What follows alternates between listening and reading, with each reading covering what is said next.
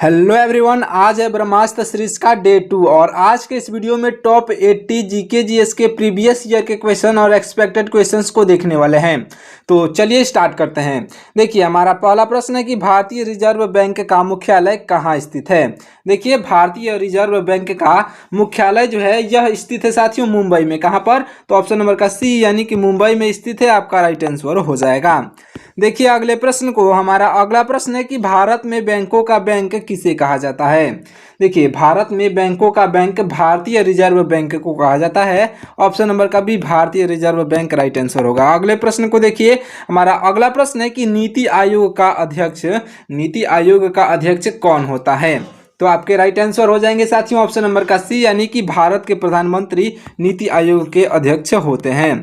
देखिए अगले प्रश्न को, हमारा अगला प्रश्न है कि मुख्यमंत्री की नियुक्ति किसके द्वारा की जाती है। देखिए, मुख्यमंत्री की नियुक्ति किसके द्वारा की जाती है, तो राज्यपाल आपके राइट आंसर हो जाएंगे ऑप्शन नंबर का सी राज्यपाल।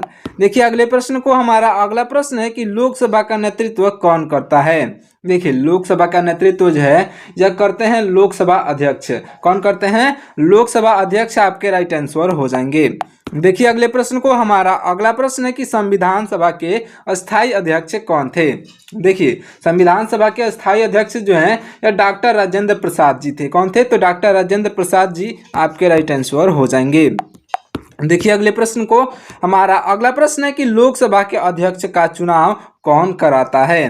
देखिए, लोकसभा के अध्यक्ष का चुनाव जो है कौन करता है, तो आपका राइट आंसर हो जाएगा आपका ऑप्शन नंबर का ए यानी कि लोकसभा के सदस्य करते हैं इनका चुनाव। यानी कि लोकसभा के अध्यक्ष का चुनाव लोकसभा के सदस्य करते हैं। आपका राइट आंसर हो जाएगा साथियों आपका ऑप्शन नंबर का ए यानी कि लोकसभा के सदस्य। बढ़ते हैं अगले प्रश्न की ओर, ध्यान से देखिएगा। हमारा अगला प्रश्न है कि भारतीय संविधान का निर्माता किसे माना जाता है। राइट आंसर हो जाएंगे आपके ऑप्शन नंबर के बी यानी कि डॉक्टर भीमराव अंबेडकर आपके राइट आंसर हो जाएंगे।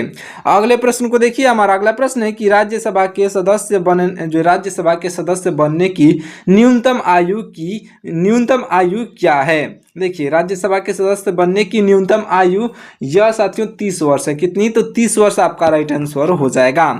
बढ़ते हैं अगले प्रश्न की ओर। देखिए, हमारा अगला प्रश्न है कि भारतीय राष्ट्रीय कांग्रेस के पहले अध्यक्ष कौन थे। देखिए, भारतीय राष्ट्रीय कांग्रेस के पहले अध्यक्ष जो थे यह व्योमेश चंद्र बनर्जी यानी कि डब्ल्यू सी बनर्जी जो हैं दिए गए हैं, व्योमेश चंद्र बनर्जी आपके राइट आंसर हो जाएंगे।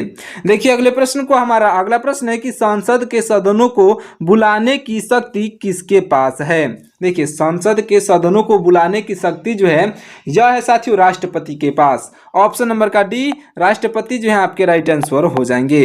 अच्छे से याद रखिएगा। देखिए अगले प्रश्न को, हमारा अगला प्रश्न है जो है सैडलर आयोग का संबंध किससे है। देखिए, सैडलर आयोग का संबंध जो है साथियों यह है शिक्षा से। किससे संबंध इसका? तो शिक्षा जो है आपका राइट आंसर हो जाएगा। देखिए अगले प्रश्न को, हमारा अगला प्रश्न है कि गीता रहस्य नामक ग्रंथ के लेखक कौन है। देखिए, गीता रहस्य नामक ग्रंथ के लेखक जो हैं यह हो जाएंगे आपके ऑप्शन नंबर के बी यानी कि बाल Gangadhar Tilak. Option number B पर बाल गंगाधर तिलक दिए गए हैं जो कि राइट आंसर हो जाएंगे।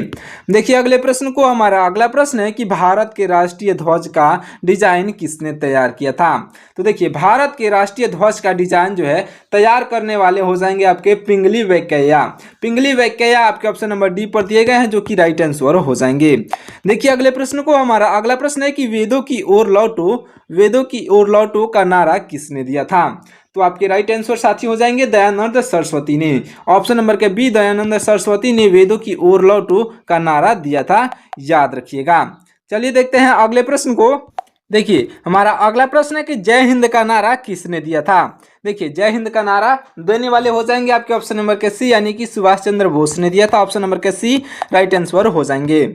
अगले प्रश्न को ध्यान से देखिएगा। हमारा अगला प्रश्न है कि भारतीय संविधान का निर्माण यह जो है किसने किया था। देखिए, भारतीय संविधान का निर्माण करने वाले यह जो है संविधान सभा हो जाएगा यानी कि ऑप्शन नंबर का बी संविधान सभा ने मिलकर के भारतीय संविधान का निर्माण किया था। देखिए अगले प्रश्न को, हमारा अगला प्रश्न है कि भारत की संसदीय प्रणाली किस देश से प्रभावित है। देखिए, भारत भारत की संसदीय प्रणाली जो है यह प्रभावित है साथियों इंग्लैंड से। किससे? ऑप्शन नंबर का डी, आपका ऑप्शन नंबर का डी इंग्लैंड जो है राइट आंसर हो जाएगा। अगले प्रश्न को देखिए ध्यान से, हमारा अगला प्रश्न है कि आधुनिक भारत का जनक किसे कहा जाता है?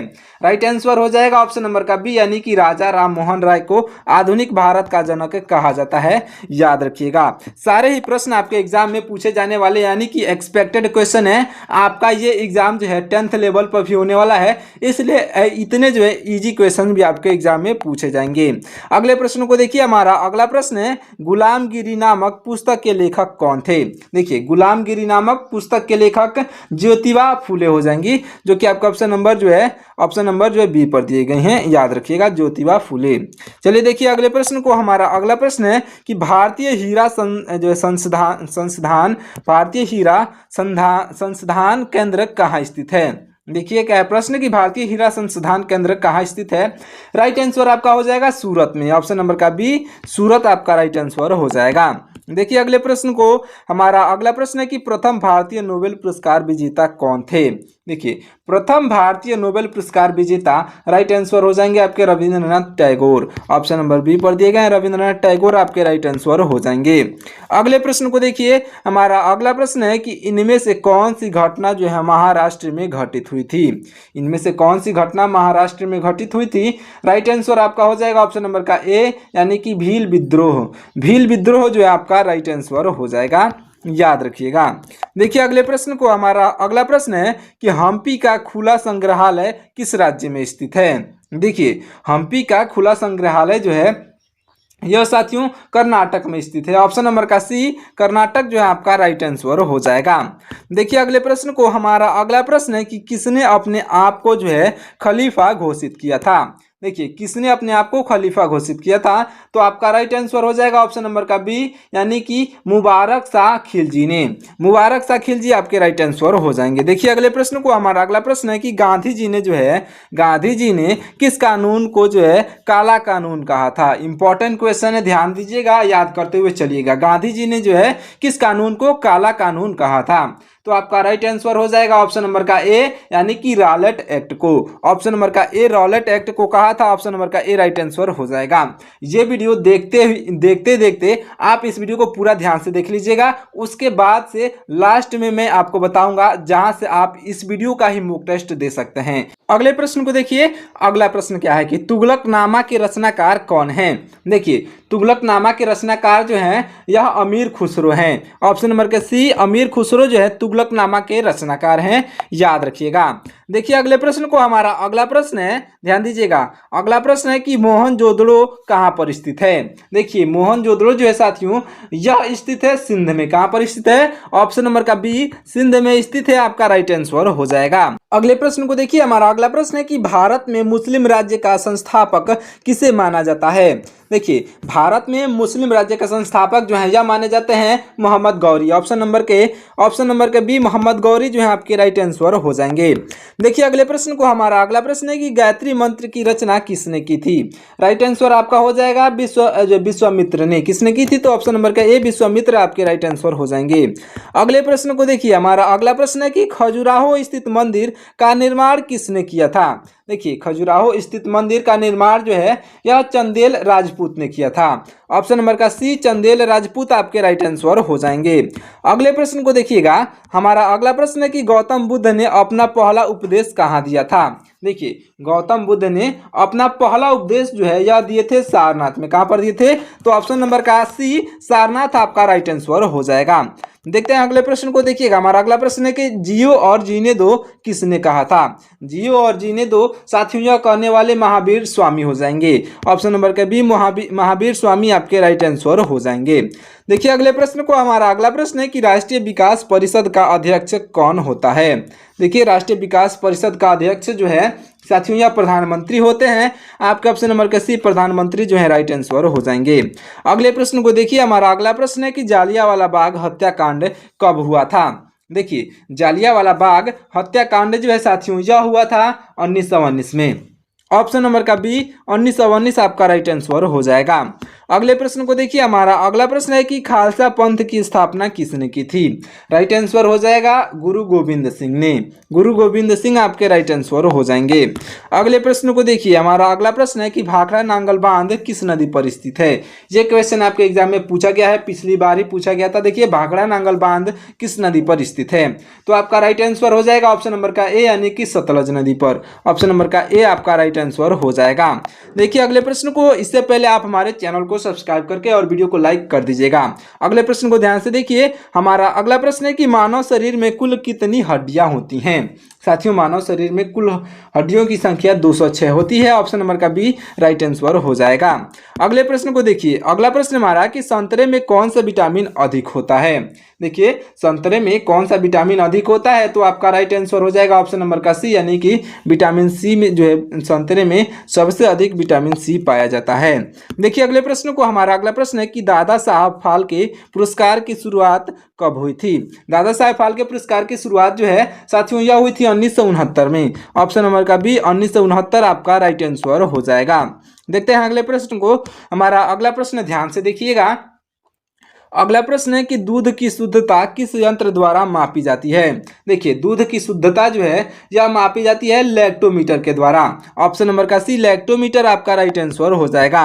अगले प्रश्न को देखिए, अगला प्रश्न है हमारा कि पृथ्वी का एकमात्र प्राकृतिक उपग्रह कौन सा है? पृथ्वी का एकमात्र प्राकृतिक उपग्रह जो है साथियों यह हो जाएगा ऑप्शन नंबर का सी, यानी कि चंद्रमा आपका राइट आंसर हो जाएगा। देखिए अगले प्रश्न को, हमारा अगला प्रश्न है कि माउंट एवरेस्ट किस देश में स्थित है? देखिए, माउंट एवरेस्ट किस देश में स्थित है? राइट आंसर हो जाएगा ऑप्शन नंबर का बी, यानी कि नेपाल में स्थित है। ऑप्शन नंबर का बी नेपाल आपका राइट आंसर हो जाएगा। देखिए अगले प्रश्न को, हमारा अगला प्रश्न है कि शिक्षक दिवस कब मनाया जाता है? देखिए, शिक्षक दिवस कब मनाया जाता है? राइट आंसर आपका हो जाएगा ऑप्शन नंबर का सी, यानी कि 5 सितंबर को मनाया जाता है। ऑप्शन नंबर का सी आपका राइट आंसर हो जाएगा। देखिए अगले प्रश्न को, हमारा अगला प्रश्न है कि कोणार्क मंदिर किस राज्य में स्थित है? देखिए, कोणार्क मंदिर किस राज्य में स्थित है? राइट आंसर हो जाएगा ऑप्शन नंबर का ए, यानी कि ओडिशा में। ऑप्शन नंबर का ए ओडिशा में आपका राइट आंसर हो जाएगा।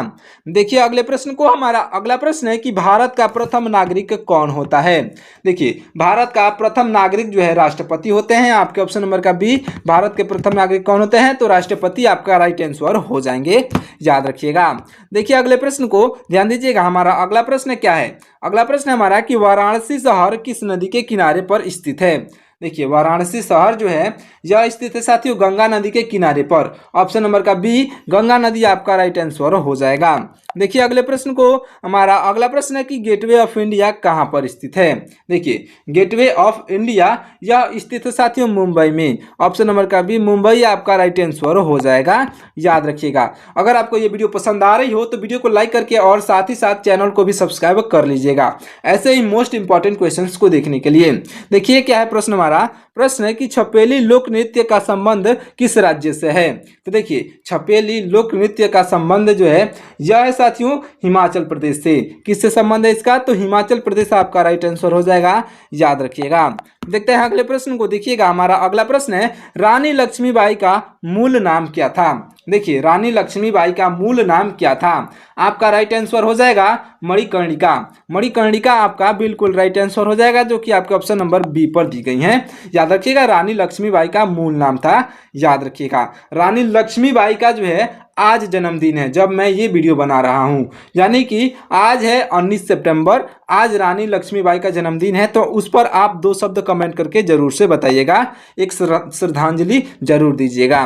देखिए अगले प्रश्न को, हमारा अगला प्रश्न है कि हड़प्पा सभ्यता के लोग किस वस्तु के उत्पादन में जो है सबसे आगे थे? तो देखिए, हड़प्पा सभ्यता के लोग जो है किस वस्तु के उत्पादन में सबसे आगे थे? तो आपका राइट आंसर हो जाएगा ऑप्शन नंबर का बी, यानी कि कपास में। किस में सबसे आगे थे? तो ऑप्शन नंबर का बी, यानी कि कपास में आपके राइट आंसर हो जाएंगे।